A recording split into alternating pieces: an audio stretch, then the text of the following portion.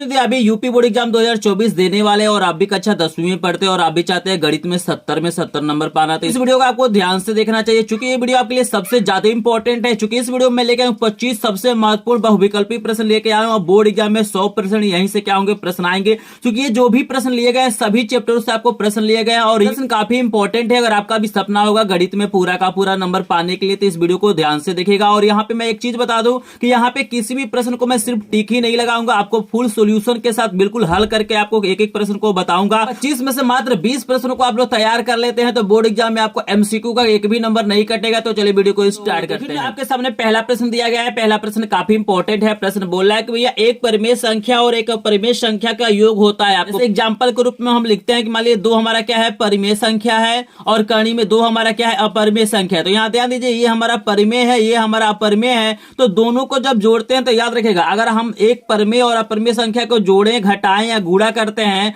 तो जो हमें संख्याएं प्राप्त होता है वो क्या होता है, अपरिमेय संख्या ही प्राप्त होता है। जैसे देख रहे हैं ना, ये हमारा अपरिमेय है, इसमें हम क्या किए, परिमेय संख्या को जोड़ दिए हैं कि ये पूरा संख्या हमारा क्या बन जाएगा, अपरिमेय संख्या बन जाएगा। तो आपको याद रखना, आप ऑप्शन एक बार देख लीजिए। ऑप्शन में आपको क्या दिया गया है, ऑप्शन में दिया गया है पहला परिमेय है, दूसरा आपका अपरिमेय है, तीसरा आपका 1 है और चौथा आपको 0 दिया गया है। तो आप सभी को पता होना चाहिए कि करेक्ट ऑप्शन क्या होगा, दूसरा वाला, यानी ये जो संख्या हमारा मिलेगा अपरिमेय संख्या मिलेगा। तो आपको याद रखना है। चलिए दूसरा प्रश्न भी काफी इंपॉर्टेंट है। प्रश्न पूछ रहा है कि आपको कुछ आंकड़ा दिया गया, इस आंकड़े के अनुसार बताना है कि इसमें बहुलक क्या है। आप लोग कमेंट सेक्शन में जल्दी से बताएंगे, एक एक प्रश्न का आप लोग कमेंट करिए, जब पता चले कि आपको कितने प्रश्नों का उत्तर पता है। तो यहाँ पे देखिएगा, बहुलक का मतलब होता है कि जिसकी फ्रीक्वेंसी, जिसकी बारंबारता सबसे अधिक बार होता है, यानी इस आंकड़े में जो संख्या सबसे ज्यादा बार आया होता है वही क्या होता है, बहुलक होता है। तो यहाँ पे आप देखेंगे तो ध्यान से, इसमें क्या हो रहा है, सबसे अधिक आपको 2 दिखाई दे रहा है। देख रहे हैं 1 2 3 4 बारी 2 है, बाकी कोई भी संख्या ऐसा नहीं है कि जो 4 बारी है।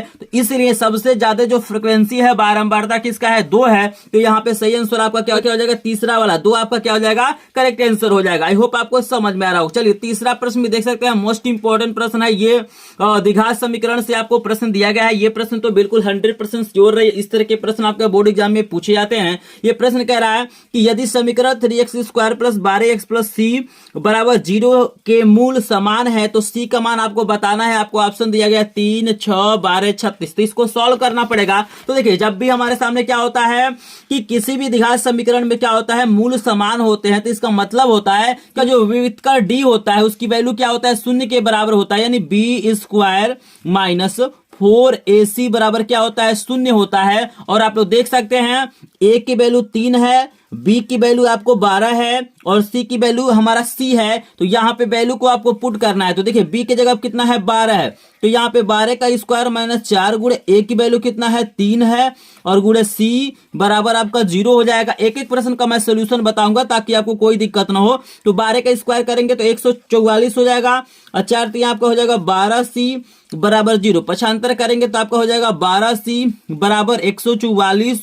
और देखिएगा 12 हमारा गुणा है, इधर जाएगा तो भाग होगा, तो c बराबर कितना हो जाएगा, 144/12। 12 से भाग करेंगे तो कितना हो जाएगा, आपका 12 हो जाएगा, यानी c की वैल्यू कितना हो जा रहा है, 12 हो रहा है। आई होप आपको समझ में आ रहा होगा। चलिए अब ऑप्शन में चेक करते हैं भाई 12 कौन सा नंबर है। तो देख सकते हैं 3 6 12 36, यानी तीसरा वाला ऑप्शन बिल्कुल क्या हो जाएगा, करेक्ट हो जाएगा। आई होप आपको समझ में आ रहा होगा।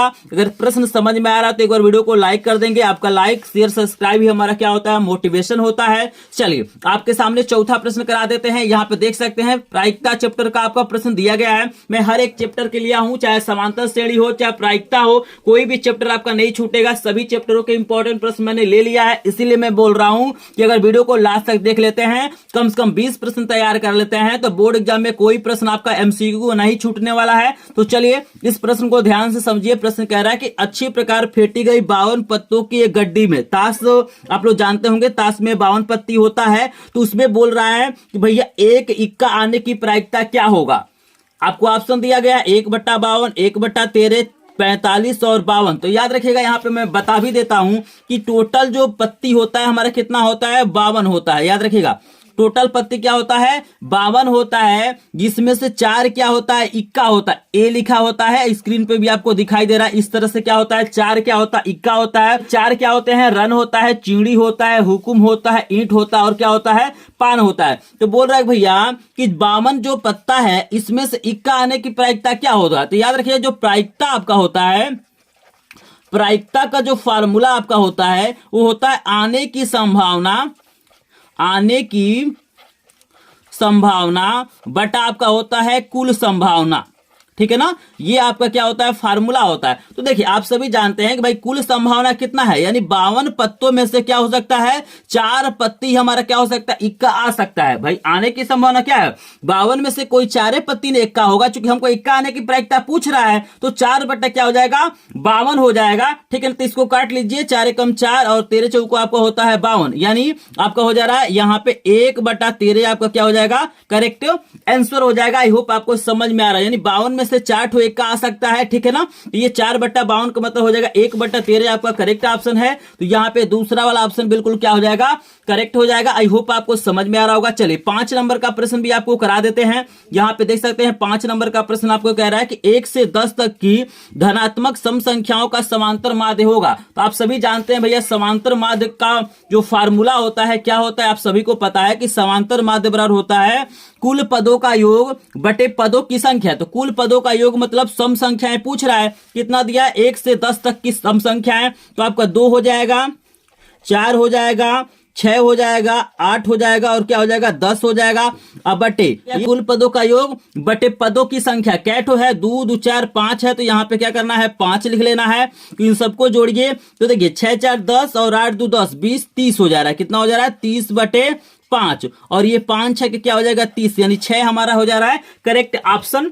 ठीक है ना, तो चलिए ऑप्शन में चेक करते हैं भाई 6 नंबर कौन सा दिया हुआ है। तो यहाँ पे देखिएगा 2 है, 4 है, 6 है, 5 है, तो तीसरा वाला क्या हो जाएगा करेक्ट ऑप्शन हो जाएगा। सिंपल आपको याद रखना है कि समांतर माध्य बराबर क्या होता है कुल पदों का योग बटे पदों की संख्या। और यहाँ पे हमसे सम संख्या पूछा था, तो सम संख्या में 2 4 6 8 10 आ जाएगा, जोड़ेंगे और पूरा जो संख्या हो रहा है 5 हो रहा है, 5 से भाग करेंगे 6 आपका क्या हो जाएगा करेक्ट ऑप्शन हो जाएगा। आई होप आपको समझ में आ रहा है। तो जिन लोगों को प्रश्न समझ में आ रहा है, जिन लोगों को प्रश्न इंपॉर्टेंट लग रहा है, प्लीज एक बार सपोर्ट करेंगे, चैनल को सब्सक्राइब करेंगे, वीडियो को लाइक करेंगे, शेयर करेंगे। और अगर आप चाहते हैं बोर्ड एग्जाम 2024 की पूरी तैयारी करना, आप चाहते हैं बिल्कुल फ्री में लाइव क्लास के माध्यम से पीडीएफ नोट के माध्यम से तैयारी करना बिल्कुल फ्री में, एक भी पैसा आप खर्च नहीं करना चाहते, तो इस चैनल को सब्सक्राइब कर लीजिएगा। और पीडीएफ नोट के लिए आप हमारे ग्रुप को ज्वाइन करेंगे, चूंकि आज में क्या किया गया है सभी विषयों के इंपॉर्टेंट प्रश्नों का पीडीएफ नोट सेंड कर दिया गया है बिल्कुल फ्री में। तो अगर आपको नहीं मिला है तो लास्ट में मेरा आपको नंबर भी मिल जाएगा, वहां पे संपर्क करेंगे, आप लोग व्हाट्सएप करेंगे,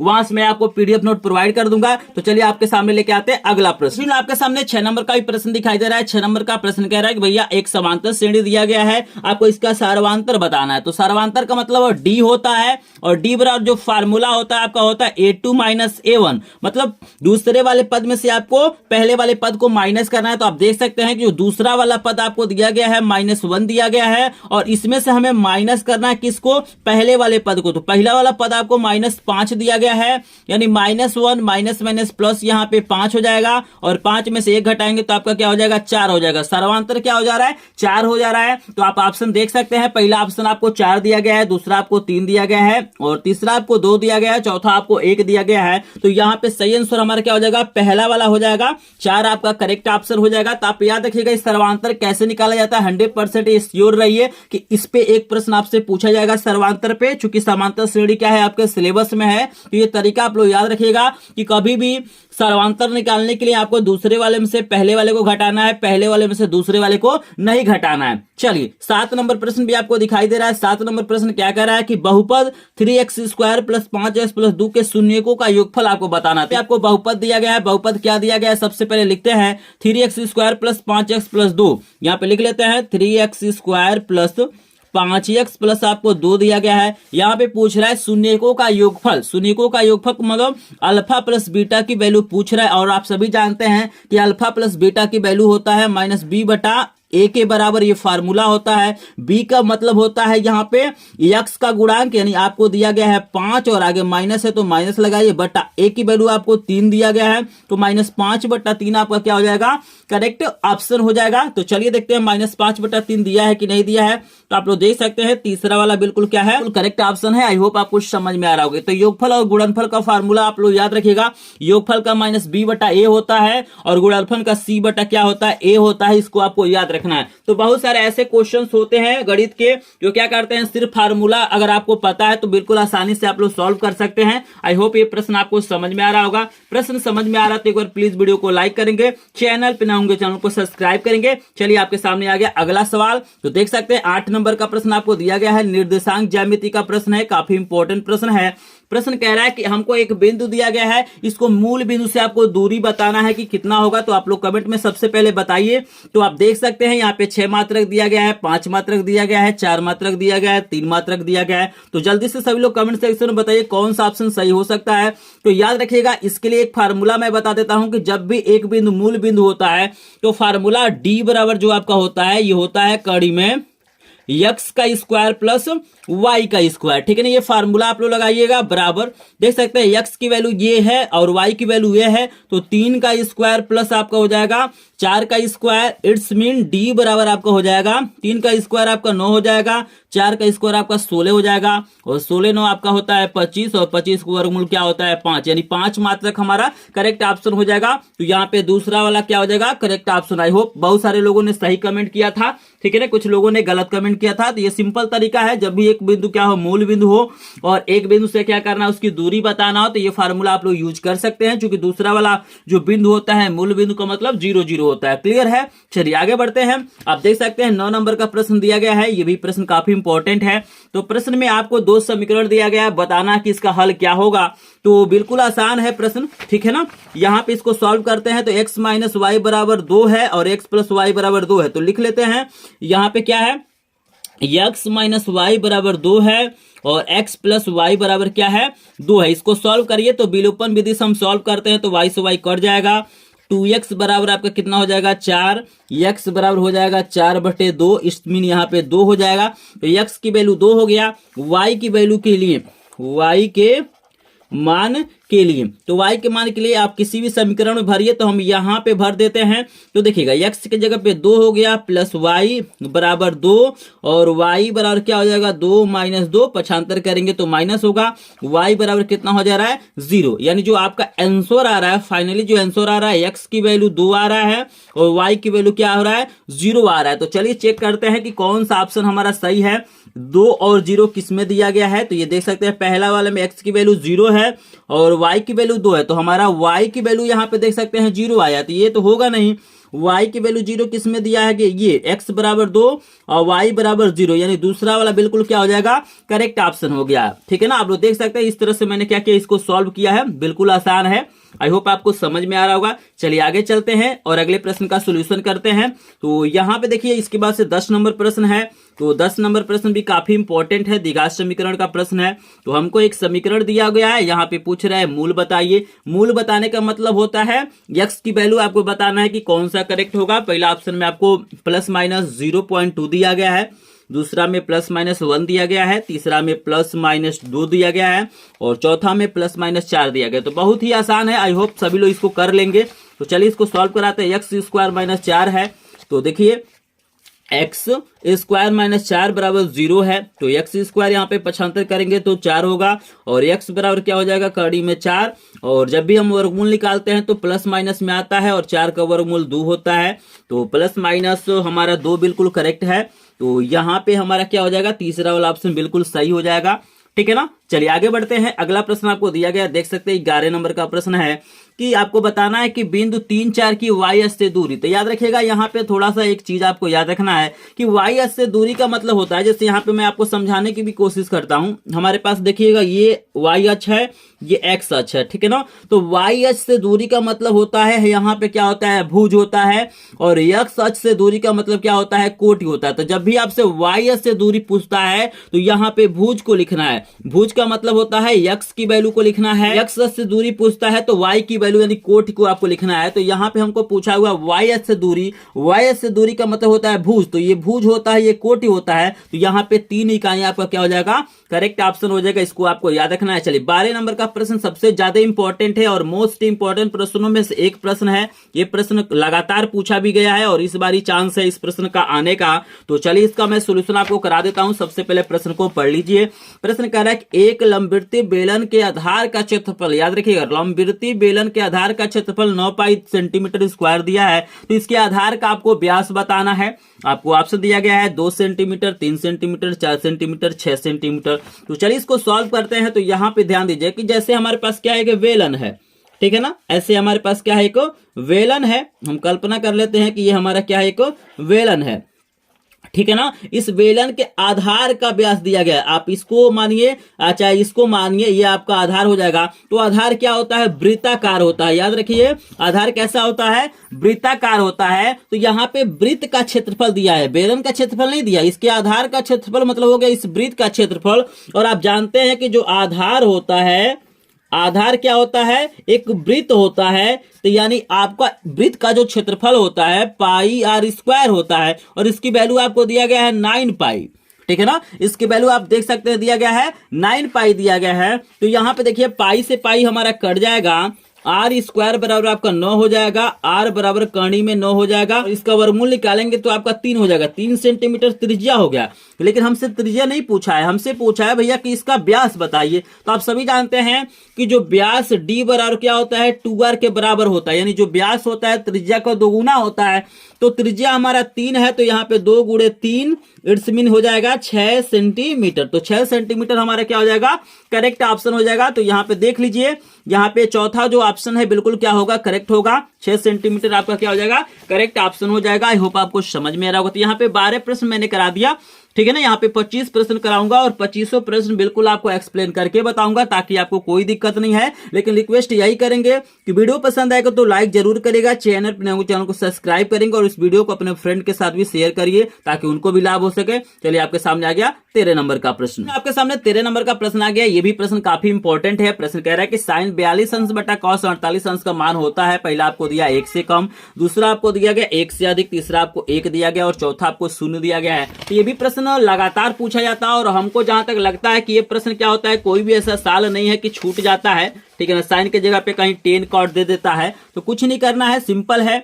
देखिएगा इसके लिए तरीका होता है कि साइन आपको दिया गया है 42 अंश बटा आपको दिया गया है कॉस 48 अंश। तो कुछ नहीं करना, आपको किसी एक को बदल देना है। जैसे मान लीजिए इसको हम लिख सकते हैं साइन, यहाँ पे क्या करना है, लिख देना है 90 माइनस 48। नीचे वाला आपको घटा लेना है, क्योंकि 90 में से 48 घटाएंगे तो आपको 42 आ जाएगा। यहाँ पे लिख लीजिएगा कॉस 48, मतलब किसी एक को बदलना है, या तो आप ऊपर वाले को बदलिए नहीं तो नीचे वाले को बदलिए। तो साइन 90 अंश माइनस थीटा आपका क्या होता है, कॉस थीटा, और थीटा के जगह पे आपको 48 दिया गया। तो देखिए ऊपर वाला कॉस थीटा हो गया और नीचे वाला भी आपको कॉस थीटा के रूप में दिया है, कॉस 48 दिया है। दोनों कट जाएगा, कितना आ जाएगा, 1 आ जाएगा। तो इसकी जो वैल्यू आती है 1 आती है। तो यहाँ पे देख लीजिए तीसरा वाला ऑप्शन बिल्कुल क्या हो जाएगा, करेक्ट हो जाएगा।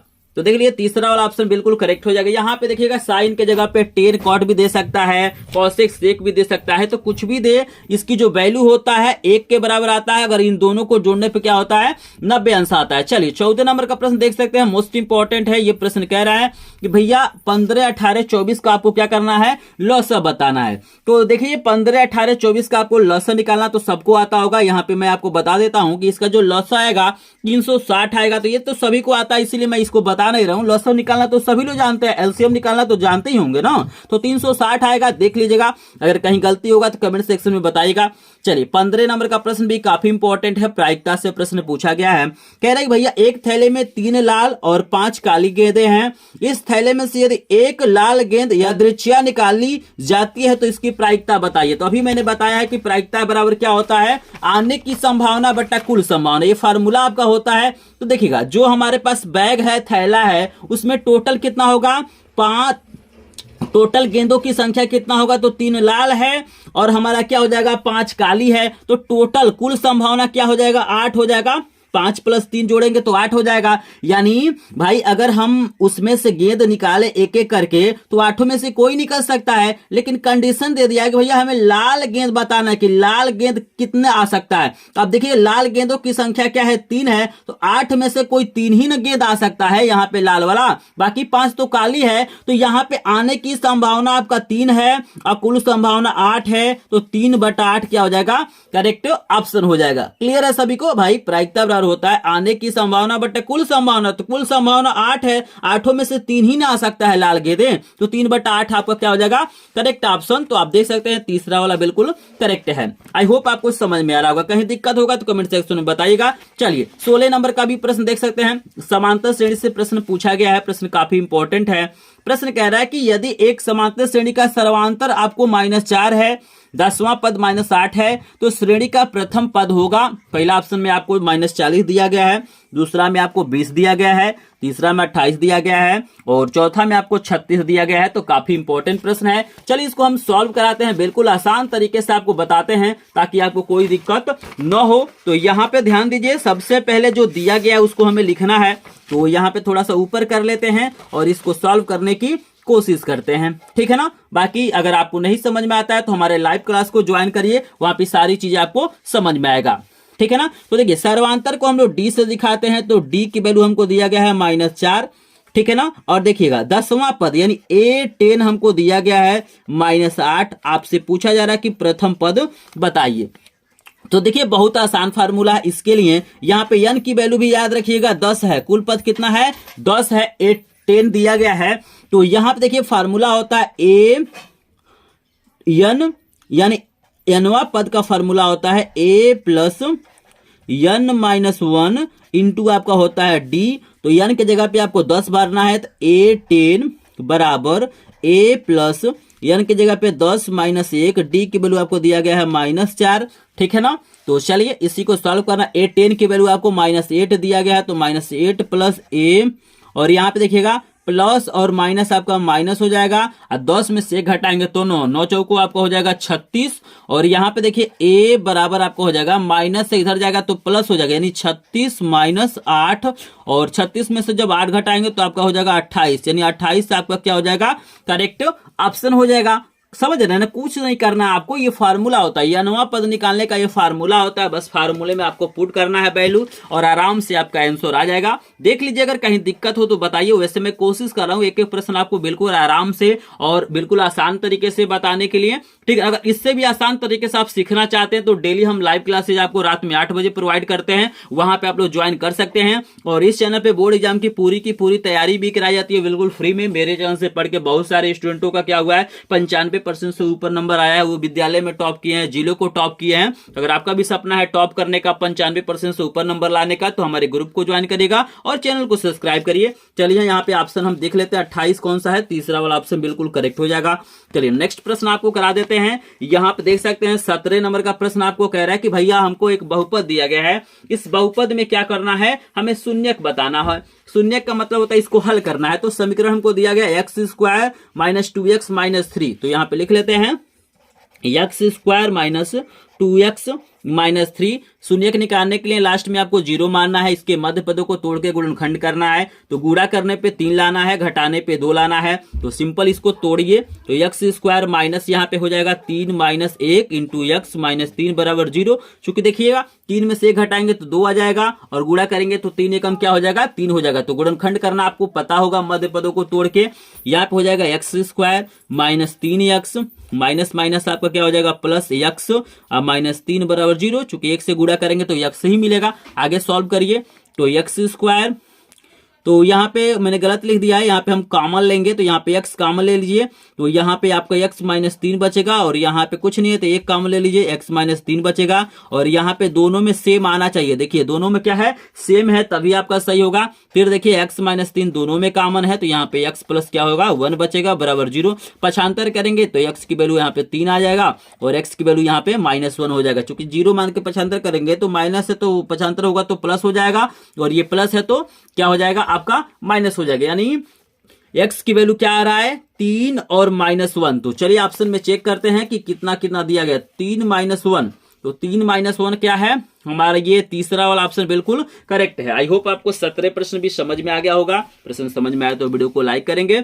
चलिए आपके सामने आ गया अगला प्रश्न। यहाँ पे देखिए ना, आपके सामने 19 नंबर का प्रश्न दिखाई दे रहा है। 19 नंबर का प्रश्न काफी इंपॉर्टेंट है। प्रश्न क्या दिया गया है कि दो समरूप त्रिभुजों के क्षेत्रफल 4:9 के अनुपात में है, तो त्रिभुजों के भुजाओं का अनुपात बताना है। तो देखिए बहुत सिंपल, इसके लिए क्या होता है, हमारा फार्मूला होता है। फार्मूला का आपको याद रखना है कि भाई इसमें एक रिलेशन होता है कि अगर दो त्रिभुज क्या है हमारे समरूप हैं, तो उनके क्षेत्रफलों का जो अनुपात होता है उनके संगत भुजाओं के वर्गों के अनुपात के बराबर होता है। तो यहाँ पे याद रखिएगा फार्मूला होता है कि भाई जो क्षेत्रफलों का जो अनुपात होता है, यहाँ पे जो संगत भुजाएं होती हैं, मतलब यहाँ पे जो भुजा 1/भुजा 2 के क्या होता है, वर्गों के अनुपात के क्या होता है, बराबर होता है। तो हमको यहाँ पे क्षेत्रफलों में अनुपात दिया गया है। क्षेत्रफलों का अनुपात क्या है, 4/9 है। भुजाओं का अनुपात पूछ रहा है तो सिंपल है, अगर हम भुजाओं को जैसे A1 बटा क्या करते हैं, A2 मान लेते हैं, ठीक है ना। भुजाओं को A1 बटा क्या करते हैं, A2 मानते हैं, और यहाँ पे हमारा क्या है, स्क्वायर है। तो जब स्क्वायर को हम इधर लाएंगे तो यहाँ पे कड़ी लगेगा, यानी A1 बटा A2 बराबर हो जाएगा कड़ी में 4/9, और इसका वर्गमूल निकालेंगे तो 2 बटा क्या हो जाएगा, 3 आपका करेक्ट ऑप्शन हो जाएगा। यानी 2 अनुपात क्या हो जाएगा, 3। तो देखिए 2 अनुपात 3 क्या है, आपका पहला वाला ऑप्शन बिल्कुल करेक्ट है। तो इस रिलेशन को आपको याद रखना है। कभी कभी भुजाओं का अनुपात पूछ देता है, कभी कभी भुजाओं का अनुपात दे देता है तो क्षेत्रफलों का अनुपात पूछता है। तो जब भुजाओं का अनुपात आपको नहीं दिया जाता है, क्षेत्रफलों का अनुपात पूछता है, तो इसका वर्ग कर देते हैं। अगर आपको क्षेत्रफलों का अनुपात दिया गया है तो इसका वर्गमूल निकाल लीजिएगा। आई होप आपको समझ में आ रहा होगा। चलिए 20 नंबर का प्रश्न आपको दिया गया, देख सकते हैं। ये समांतर माध्य पे पूछा गया है कि भैया 1 से 9 तक की प्राकृतिक संख्याओं का समांतर माध्य कितना होगा। तो यहां पे हमें क्या करना है, 1 से 9 तक की प्राकृतिक संख्याओं का क्या करना है, समांतर माध्य बताना है। तो बिल्कुल हम आसानी से क्या कर सकते हैं, सॉल्व कर सकते हैं। तो देखिए 1 से 9 तक के सभी संख्याएं आपको लिख लेना है। 1 से लेके यहां तक 9 तक लिख लीजिएगा। और यहां पे समांतर माध्य बराबर फार्मूला होता है कुल पदों का योग बटे पदों की संख्या। तो पूरा 1 से 9 तक जोड़ेंगे तो आपका कितना आएगा, 45 आएगा, ठीक है ना। और यहाँ पे टोटल जो संख्या कितना है, 9 है। तो 9 से भाग करेंगे तो 9 × 5 = 45। तो 5 क्या होता है, इसका आंसर आता है। एक बार जोड़ के देख लीजिएगा, कहीं दिक्कत होगा तो बताइएगा। तो 5 करेक्ट ऑप्शन है। ये इंपॉर्टेंट प्रश्न है, मोस्ट इंपॉर्टेंट प्रश्नों में एक है, तो इसको याद रखिएगा। 5 क्या हो जाएगा, करेक्ट ऑप्शन हो जाएगा। चलिए अगला प्रश्न आपको दिया गया, देख सकते हैं। 21 नंबर का प्रश्न भी काफी इंपॉर्टेंट है। यहाँ पे बोल रहा है भैया हमको एक त्रिभुज में BC की वैल्यू दिया गया है 6 सेंटीमीटर, AC की वैल्यू 12 सेंटीमीटर, और BA की वैल्यू 6 कड़ी में 3 सेंटीमीटर है। तो बताना है कि जो कोण B होगा कितने अंश का होगा, 120 अंश का होगा, 60 अंश का होगा, 30 अंश का होगा, या 90 अंश का होगा। तो इसको मैं बता देता हूं। देखिएगा यहाँ पे सबसे पहले चेक करना है क्या यहाँ पे पाइथागोरस प्रमेय लागू हो रहा है कि नहीं हो रहा है। तो सबसे बड़े वाला भुजा का वर्ग करिए। तो सबसे बड़ी वाली भुजा क्या है, आपका 12 है। अगर ये बड़े वाले भुजा का वर्ग अन्य दो भुजाओं के वर्गों के योग के बराबर आ जाएगा, तो ये 6 का स्क्वायर प्लस 6 कड़ी में 3 का स्क्वायर, अगर ये दोनों आपस में बराबर आ जाएंगे तो यहाँ पे पाइथागोरस प्रमेय लागू होगा। और जब पाइथागोरस प्रमेय लागू होता है तो वहां पे जो एक कोण रहता है समकोण होता है, 90 अंश होता है। तो चेक करिए क्या दोनों बराबर आता है। तो 12 का स्क्वायर करेंगे तो 144, 6 का 36 और 6 का 36 और यहाँ पे 3, तो 36 गुणे 3, कड़ी में 3 का स्क्वायर क्या हो जाएगा, 3, और 6 का स्क्वायर 36। तो 144 प्लस 36 प्लस 36 में 3 से गुणा करिए तो हमको लग रहा है 108 आएगा, ठीक है ना। 36 18 का 8 हासिल 1, 3 3 9 10 और 144 और बराबर इन दोनों को जोड़ेंगे तो 144 हो रहा है। यहाँ पे पाइथागोरस प्रमेय लागू हो रहा है, और पाइथागोरस प्रमेय लागू होता है तो एक हमारा कोण क्या होता है, 90 अंश का होता है। तो यहाँ पे करेक्ट ऑप्शन आपका क्या हो जाएगा, तीसरा वाला 90 अंश हमारा क्या हो जाएगा, करेक्ट ऑप्शन हो जाएगा। चलिए यहाँ पे देख सकते हैं 22 नंबर का प्रश्न भी आपको दिया गया है। इंपॉर्टेंट प्रश्न है जो आपका वृत्त की स्पर्श रेखाओं से आधारित ये प्रश्न है, वृत्त वाले चैप्टर से लिया गया है, ये भी आपके सिलेबस में है। तो यहाँ पे कह रहा है 5 सेंटीमीटर त्रिज्या के एक वृत्त के केंद्र से 13 सेंटीमीटर दूरी पर खींची गई स्पर्श रेखा की लंबाई होगा। तो फिगर बनाएंगे तब आपको चीजें समझ में आएंगी। तो यहाँ पे देखिएगा हमारा क्या है, एक 5 सेंटीमीटर त्रिज्या का वृत्त है। तो यहाँ पे सबसे पहले देख लीजिए हमारे पास क्या है, एक वृत्त है, ठीक है ना। एक कल्पना कर लीजिएगा, एक वृत्त है, इसकी जो त्रिज्या है जैसे मान के चलिए यहाँ से यहाँ तक त्रिज्या 5 सेंटीमीटर है और कह रहा है 13 सेंटीमीटर दूरी से क्या करना, आपको इस पे एक स्पर्श रेखा की रचना करना है। तो यहाँ पे O लिख लेते हैं, यहाँ पे A लिख लेते हैं, यहाँ पे B लिख लेते हैं। तो हमको त्रिज्या 5 सेंटीमीटर दिया गया है और ये जो दूरी दिया गया है 13 सेंटीमीटर। हमको बताना है कि स्पर्श रेखा की लंबाई कितनी होगी। तो याद रखिएगा ये स्पर्श रेखा और त्रिज्या के बीच में जो यहाँ पे कोण बनता है वो क्या होता है, 90 अंश का कोण बनता है। तो ये 90 अंश है तो ये कर्ण होगा, ठीक है ना। तो कर्ण का जो स्क्वायर होता है वो क्या होता है, अन्य दोनों भुजाओं के वर्गों के योग के क्या होता है, बराबर होता है। यानी इसको हमें निकालना है तो कर्ण के स्क्वायर में से अगर इसको हम घटा देंगे तो ये हमारा निकल जाएगा। चूंकि स्पर्श रेखा और त्रिज्या के बीच में जो कोण बनता है 90 अंश होता है, यानी ए बी की जो वैल्यू हमारा हो जाएगा स्पर्श रेखा की वो क्या हो जाएगा, 13 का स्क्वायर माइनस हमारा क्या हो जाएगा 5 का स्क्वायर। तो 13 का स्क्वायर जब करेंगे तो आपका कितना हो जाएगा 169 आ जाएगा और माइनस ये 25 हो जाएगा और इसको माइनस करेंगे तो आपका 144 होगा और 144 किसका वर्गमूल होता है 12 का। तो 12 सेंटीमीटर आपका क्या हो जाएगा, करेक्ट ऑप्शन हो जाएगा। तो याद रखिएगा इसके आधार पे भी आपसे एमसीक्यू पूछा जाएगा तो इसको आपको बिल्कुल याद रखना है कि ये याद रखना है भैया ये जो कोण बनता है 90 अंश का बनता है, पाइथागोरस प्रमेय से इसको सॉल्व कर लेना। तो चलिए 12 सेंटीमीटर देखते हैं कि हमको दिया है कि नहीं दिया गया है। तो देख सकते हैं 4 8 12 16, तो ये तीसरा वाला करेक्ट ऑप्शन है। चलिए इसके बाद हम नेक्स्ट प्रश्न आपको 23 नंबर करा देते हैं। यहाँ पे आपको मान बताना है तो बहुत आसान है, तो बिल्कुल आसानी से हम इसको क्या कर सकते हैं, सॉल्व कर सकते हैं। तो चलिए इसको सॉल्व करा देते हैं। तो साइन स्क्वायर 60 अंश माइनस साइन स्क्वायर 30 अंश हमको दिया गया है। साइन स्क्वायर 60 अंश माइनस साइन स्क्वायर 30 अंश। तो साइन 60 अंश की वैल्यू आपका होता है कड़ी में 3/2, स्क्वायर है तो स्क्वायर लगाइए, माइनस साइन 30 अंश की होता है 1/2, स्क्वायर है तो स्क्वायर लगाइए। कड़ी में 3 की स्क्वायर आपका 3 यहाँ पे 4 हो जाएगा, माइनस 1 आपका 4 हो जाएगा और सॉल्व करिए तो 3 माइनस 1 आपका 4 हो जाएगा। 3 में से आप घटाएंगे 1 को तो आपका आएगा 2/4, काटेंगे तो 2 कम 2, 2 दूना 4, यानी 1/2 आपका क्या हो जाएगा, करेक्ट ऑप्शन हो जाएगा। तो देख रहे हैं ना इसकी वैल्यू को आपको सिंपली भरना है, इसको सॉल्व करेंगे तो 1/2 आंसर हो जाएगा। तो 1/2 आपका क्या हो जाएगा, ये दूसरा वाला बिल्कुल करेक्ट ऑप्शन है। आई होप आपको समझ में आ रहा है। दो और प्रश्न है आपको कराते हैं और फिर आगे बताते हैं। तो 24 नंबर प्रश्न कह रहा है कि द्विघात समीकरण 3x² - 4x = 0 के मूलों का गुणनफल आपको बताना है कि क्या होगा। तो मूलों का गुणनफल का भी मैंने आपको फार्मूला बताया कि c/a होता है। तो सबसे पहले देखिए a की वैल्यू आपको 3 दिया गया है, b की वैल्यू आपको -4 दिया गया है और c की वैल्यू नहीं दिया गया तो c की वैल्यू को 0 मानेंगे। जो वैल्यू नहीं रहता है उसको हम लोग क्या करते हैं 0 मानते हैं। और हमसे पूछ रहा है भैया मूलों का गुणनफल अल्फा इंटू बीटा होता है फार्मूला c/a। c की वैल्यू आपको 0 है, a की वैल्यू आपको 3 है, भाग करेंगे तो क्या हो जाएगा 0 आपका करेक्ट ऑप्शन हो जाएगा। तो दूसरा वाला बिल्कुल करेक्ट ऑप्शन है। चलिए 25 नंबर इस वीडियो का लास्ट प्रश्न आपको दिया गया है। 25 नंबर प्रश्न देख सकते हैं, दिया गया है कि निम्नलिखित में से कौन सा सभाज्य संख्याओं का युग्म है। सभाज्य संख्याएं जिसका HCF हमारा क्या होता है मौसा 1 आता है, यानी जो अपने आप से कटता है, ठीक है ना, या 1 से कटता है। तो इस प्रश्न का उत्तर 25 नंबर प्रश्न का उत्तर आप लोग मुझे कमेंट सेक्शन में कमेंट करेंगे और जो सबसे पहले कमेंट करेगा सही आंसर उसके कमेंट को हम पिन कर देंगे। तो देखते हैं कितने लोगों को पता है सभाज्य संख्याएं। तो आपको बताना है कि कौन सा युग्म सभाज्य संख्याएं हैं, ठीक है ना। तो कमेंट जरूर कीजिएगा। जिन भी स्टूडेंट को इसका पीडीएफ नोट चाहिए या अन्य विषयों के पीडीएफ नोट चाहिए, आपको स्क्रीन पे नंबर दिखाई दे रहा है, इसी स्क्रीन पे नंबर पे क्या करेंगे आप लोग व्हाट्सएप करेंगे या हमारे ग्रुप को ज्वाइन करेंगे। वहां पे सभी विषयों के इंपॉर्टेंट प्रश्नों का पीडीएफ नोट आपको मिल जाएगा। यहाँ पे आपको वीडियो को छोड़ना नहीं है। यहाँ पे स्क्रीन पे आपको 2 इंपॉर्टेंट वीडियो आपको दिखाई दे रहा है, ये भी काफी इंपॉर्टेंट है। तो इस वीडियो को वॉच करिए क्लिक करके। कैसा लगा कमेंट सेक्शन में अपनी राय जरूर देंगे। प्रश्न आपको समझ में आया कि नहीं जल्दी से बता दीजिए। चलिए मिलते हैं नेक्स्ट वीडियो में, तब तक के लिए आपका धन्यवाद।